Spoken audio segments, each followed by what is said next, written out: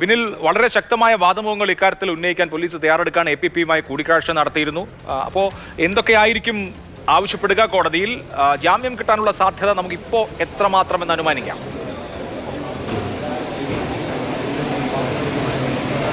അഭിലാഷ്, ജാമ്യം കിട്ടാനുള്ള സാധ്യതയെക്കുറിച്ച് ഇപ്പോൾ ഒരു പ്രവചനം സാധ്യമല്ല. കാരണം ഇത് BNS വന്നതിന് ശേഷം ജാമ്യമില്ലാ കുറ്റമായി മാറി. അതോടൊപ്പം തന്നെ ഇത് സെഷൻസ് കോടതി വിചാരണ ചെയ്യേണ്ട ഒരു കേസായി മാറുകയും ചെയ്തു.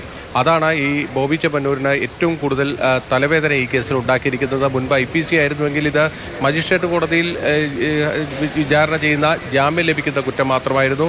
എന്നാൽ നിയമം മാറി, അതോടുകൂടി ഇതിൻ്റെ സ്വഭാവമൊക്കെ തന്നെ മാറിയിരിക്കുകയാണ്.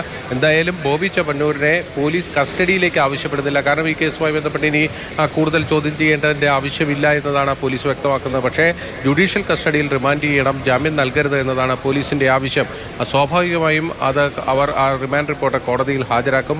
ജാമ്യാപേക്ഷയിൽ വിശദമായ വാദം തന്നെ ഇന്നുണ്ടാകും. മജിസ്ട്രേറ്റ് കോടതി ഇതിൽ ഈ സെഷൻസ് കോടതി വിചാരണ ചെയ്യേണ്ട ഒരു കേസായതുകൊണ്ട് മജിസ്ട്രേറ്റ് കോടതി ജാമ്യം അനുവദിക്കുകയാണെങ്കിൽ എത്രമാത്രം കടുത്ത വ്യവസ്ഥകൾ ഇക്കാര്യത്തിൽ വയ്ക്കാനുള്ള സാധ്യതയുണ്ട്. കാരണം സമൂഹ മാധ്യമങ്ങളിലൊക്കെ വലിയ ഇടപെടൽ നടത്തുന്നയാളാണ് ബോബി ചെമ്മണ്ണൂർ. അതുകൊണ്ട് തന്നെ അത്തരത്തിലുള്ള അദ്ദേഹത്തിൻ്റെ ഇടപെടലടക്കം തടയേണ്ടതുണ്ട്. അത്തരത്തിലുള്ള നിർദ്ദേശങ്ങൾ കോടതിയിൽ നിന്നുണ്ടാകുമോ എന്നതൊക്കെ അറിയേണ്ടതാണ്. എന്തായാലും ജാമ്യം ലഭിക്കുന്നില്ല എങ്കിൽ ബോബി ചെമ്മണ്ണൂരിനെ ഇന്ന് ജയിലിലേക്ക് പോകേണ്ടി വരും. സെഷൻസ് കോടതിയിലായിരിക്കും പിന്നീട് ഈ ജാമ്യ ഹർജിയിൽ വാദം നടക്കുക. എന്തായാലും പോലീസ് ഉദ്യോഗസ്ഥർ, അതായത് ഈ കേസിൻ്റെ അന്വേഷണ ചുമതലയുള്ള എറണാകുളം സെൻട്രൽ CI അടക്കമുള്ള ഉദ്യോഗസ്ഥർ അല്പം മുമ്പ് കോടതി കോംപ്ലക്സിലെത്തി APPയുമായി കൂടിക്കാഴ്ച നടത്തിയിട്ടുണ്ട്.